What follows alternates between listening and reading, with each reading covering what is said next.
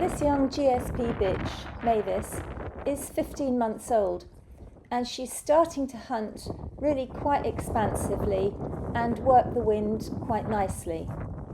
She's here on a grouse moor the end of July in Scotland. It's been an extremely wet spring and early summer across the UK this year, and grouse have suffered badly, with little game to be found. But for a young dog like this, you don't necessarily need a lot of game for training them, as few birds teaches them to work hard. Apart from just there, I've not had to use my whistle. She's turning herself at a decent distance from me, but if you were trying to cover a lot of ground, that is the sort of distance you would need to cover to find birds. And unless she dwells significantly or she bores forward, I don't intend to use my whistle.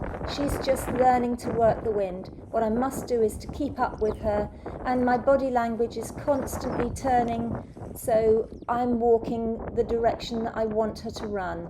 So I'm walking in a slight zigzag all the time, while she quarters more widely, working the wind. So she's called in here before she tires, and typically would run like this for a couple of 5-minute sessions 2 or 3 times a week.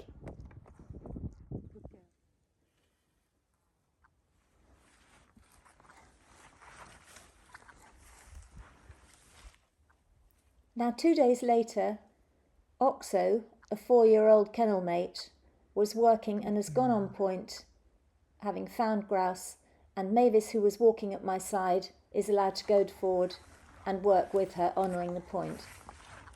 If you have a steady older dog, it's nice to let a youngster do this.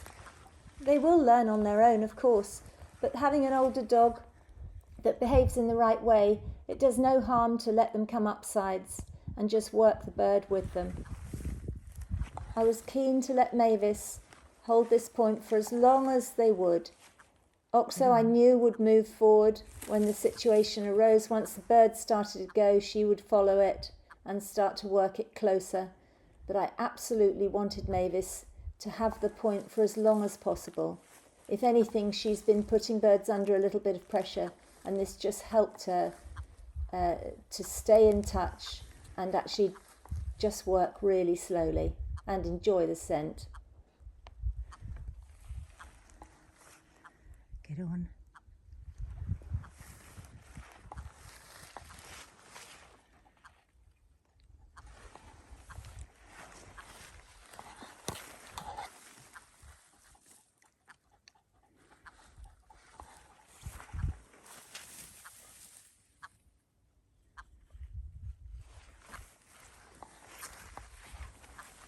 Get on.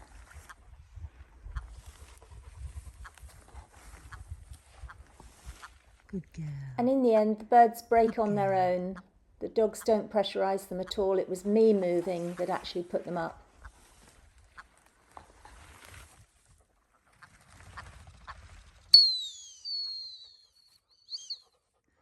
Very good. Good girl.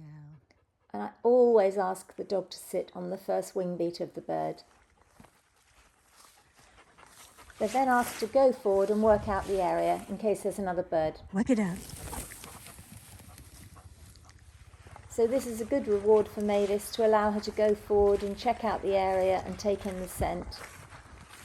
And if it was a shoot day, the guns would still be going forward or waiting in position to see if any other birds got up, or if any more were pointed, and then the retrieves would start.